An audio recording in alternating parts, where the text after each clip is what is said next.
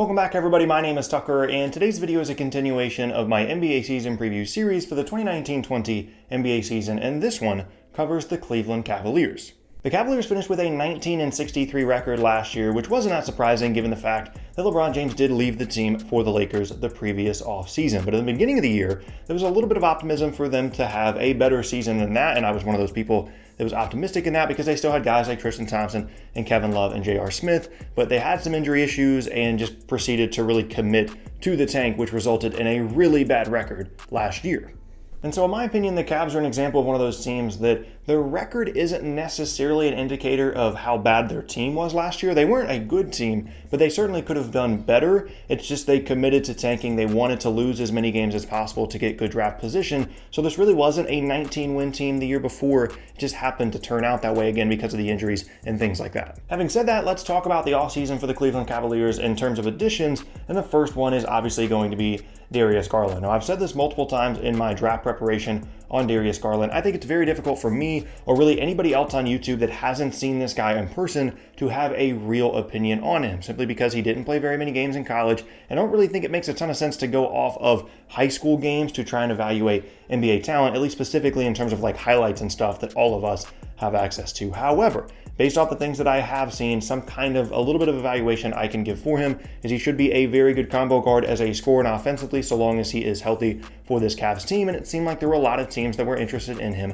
come draft time. And I was surprised once it got to the 5th pick that the Cavs did not choose to trade back and maybe get a wing and some extra help in terms of draft assets, because I didn't really think they needed to draft Garland, seeing as how they have Colin Sexton. And again, Garland had a good amount of value, but that's really all I have to say about him at this point is based off of what other teams seem to like about him, some of the things that I've seen. But again, it's really tough to evaluate him unless you've really seen him in person. Moving on now, the other two additions in terms of drafted players for the Cavaliers were Dylan Windler and Kevin Porter Jr. And I'm grouping them together because honestly, I'm not really expecting a ton from either one of them this upcoming season. They're going to play simply because the Cavaliers need depth, but I really don't think that we're going to see too much from them in terms of what we're going to expect from them in the future until year 2 at the earliest for these two players. They're late first-round picks. They could obviously surprise us. Porter and Windler could certainly surprise us. Windler specifically could be a really good shooter for this team.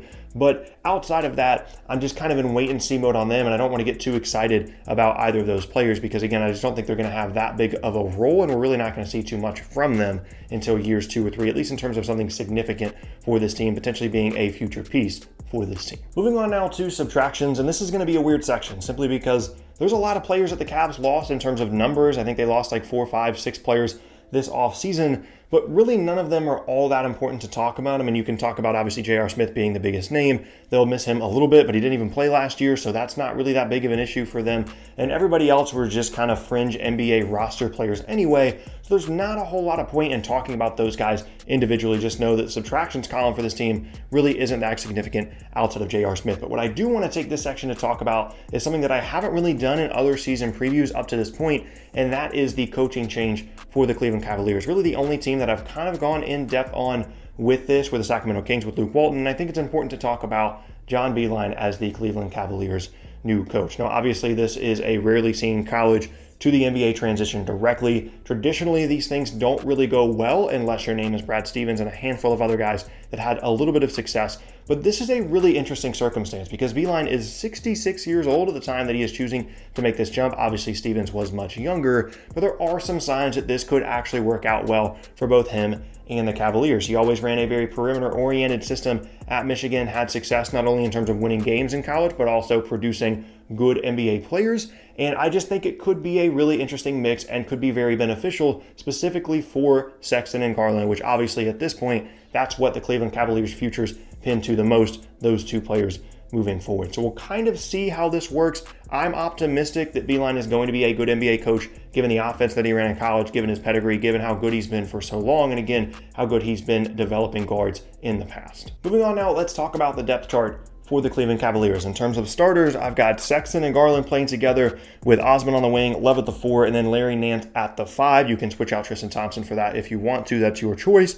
Then off the bench, you've got Dellavedova, Clarkson, Porter, Windler, Henson, and then Zizic, and as I mentioned earlier, Tristan Thompson. And honestly, that first group really isn't that bad, depending on how healthy Garland is to begin the season. Remember, he missed a ton of games in college last year due to injury, depending on how well Sexton plays, depending on how Osman plays, and the play of Larry Nance at the 5. That 5-man group really is pretty good. I mean, I don't think it's like a playoff caliber starting 5 or anything, but for a team, again, that was as bad as the Cavs were record-wise last year, that's a pretty solid starting group. The issues come in off the bench, because I'm really not convinced that they're going to get that much production off the bench from many of these players, with the exception of like potentially Jordan Clarkson or maybe Windler or Porter really surprising you in their rookie season and being a really solid, positive bench contributor. I mean, they do have John Henson in there, which is someone that could help them in the front court a little bit. Tristan Thompson could be good off the bench.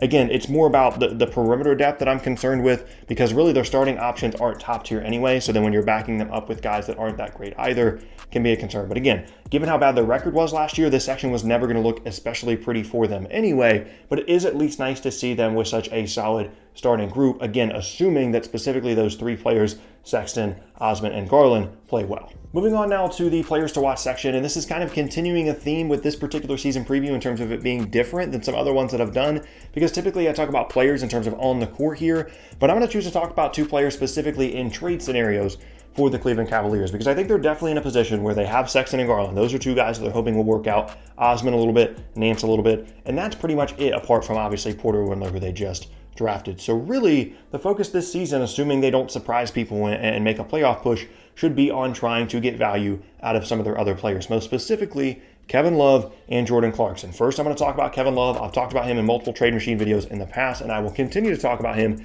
in Trade Machine videos moving forward. There are a number of teams that Kevin Love, in my opinion, can still provide a lot of value to as a scorer, either in the post or as a floor spacer. Teams specifically that come to mind are Houston, as well as the Portland Trail Blazers out west. I still think, even given the contract, even given his age, even given the injury stuff, he is a beneficial player to certain teams. Now, they shouldn't expect to get a ton back for him, but if they can just get out of his contract, get expiring contracts, and 1 pick and or okay/solid young player, I think that would be a win for them, again, because he's not really doing much for them anyway, unless they're planning on pushing towards the playoffs. So I would keep an eye on Kevin Love in terms of possible trades this upcoming season for the Cavs. And then the other one is Jordan Clarkson. And this is dependent on how well he plays for this team, how well he meshes with Garland and Sexton. He could technically start for this team, but I think the priority should be making sure that Sexton and Garland are learning how to play together as much as possible, and then having Clarkson come off the bench to be a 6-man scorer. And if he's good in that role, I think he's someone that a lot of teams around the league that are in contention could talk themselves into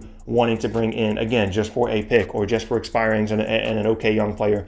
Things like that, I think, are definite real possibilities in terms of trades for the Cavs. And I would encourage them and implore them to explore those possibilities. Like, don't go down this road of thinking some pipe dream that you're going to be good, you're going to push for the playoffs. It's really not going to happen in most scenarios. That's just not going to happen for this team. So explore trade possibilities. And again, in terms of players to watch in that category, it would specifically be Kevin Love and Jordan Clarkson. Moving on now to expectations, it's pretty obvious at this point. I don't expect this Cleveland Cavaliers team to be a playoff team. And in terms of my own predictions, I've got them at about 22 to 27 wins and out of the playoffs. And that's obviously more games than they won last year, just 19. And I do think they do have better talent this year than they did last year with the addition of Garland and things like that. I'm just not convinced, obviously, that it's going to push them into like the 30-plus wins mark, because they could probably push for that. But again, it just wouldn't make any sense.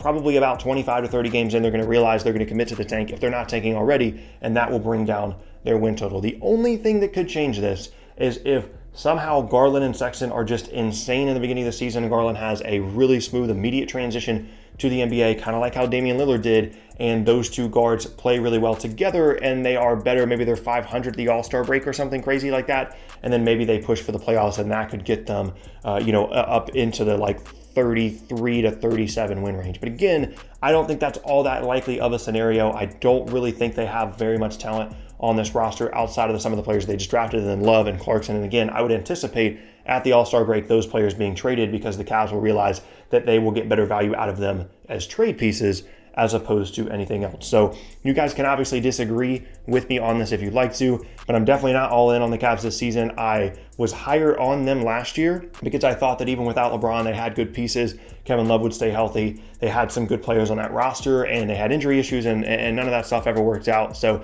definitely got burned on being too high on the Cavs last year, and so I'm definitely much lower on them this year. I am excited to see them play. Like, I want to see Sexton and Garland, most specifically Garland, because I just don't really know a ton about him. And obviously I want to see those two guys play together, and then potentially some Kevin Love and Jordan Clarkson trade fireworks as well would be interesting. So I do think, even though this is a team that's probably going to be near the bottom of the Eastern Conference standings, I do think there's a good amount of interesting things to talk about, and they're relatively intriguing, even given the fact that, again, I don't think they're going to be all that high up in the standings or earn that many wins. But that is going to be the end of today's video. Another addition into the NBA season preview series for this upcoming season, this one for the Cleveland Cavaliers. I hope you guys enjoyed today's video. Once again, my name is Tucker. If you missed any of my previous videos, then be sure to check out the boxes on screen. Thanks again, and I'll see you all next time.